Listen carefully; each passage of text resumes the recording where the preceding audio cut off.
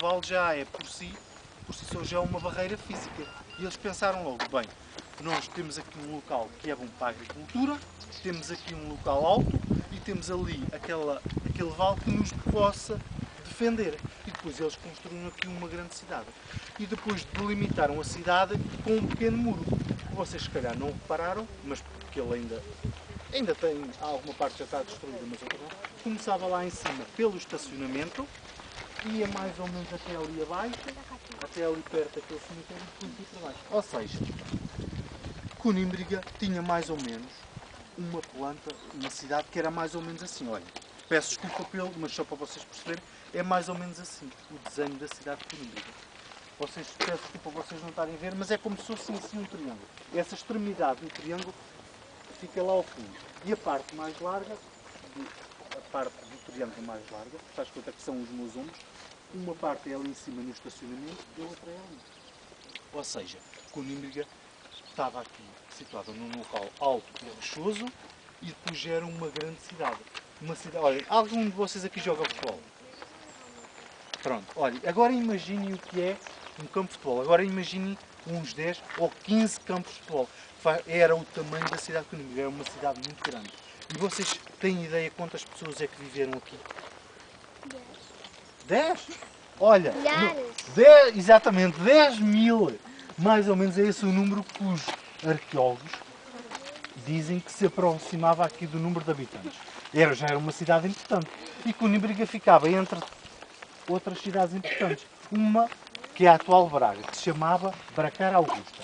Era o nome romano. E outra, que é a nossa capital. Como é que se chama a nossa capital?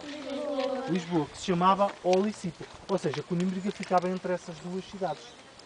E depois, olha, era uma cidade aqui muito grande, era uma das cidades mais importantes. Nesta zona até era a zona da cidade onde viviam as pessoas mais ricas.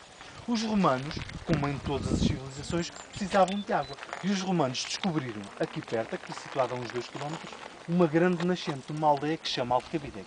E depois construíram um aqueduto. Um aqueduto é acaba por ser uma construção por onde passava água. É como se fosse uma grande canalização. E os romanos construíram essa canalização, que se chama aqui, até aqui à cidade de Conímbriga, para trazer água até aqui, porque eles precisam de água. Vocês também precisam hoje em dia de água, não é? Precisam ou não precisam? Sim. Precisam de água para quê? Beber. Para beber. Para tomar banho. Para tomar banho. Para quê? Mais? Para cozinhar. Ou seja, a água é indispensável. Ninguém consegue sobreviver sem água. E então os romanos edificaram aqui esta grande cidade. Quem é isto? Construíram aqui esta grande cidade. Tinham aqui o aqueduto para trazer a água. Tinham aqui bastantes edifícios. Tinham aqui muitas casas. E depois viveram aqui em paz durante algum tempo. Até que tiveram informações de que havia os chamados povos bárbaros, assim como o meu nome também, vilão é uma pessoa má, não é? Sabem qual é o significado de vilão?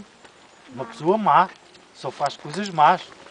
E então andavam esses povos maus, os chamados bárbaros, que andavam a atacar numa região que é hoje a Espanha. E andavam lá a invadir, a matar, a saquear essas aldeias e essas cidades. E então aqui os romanos, com medo, o que é que eles fizeram?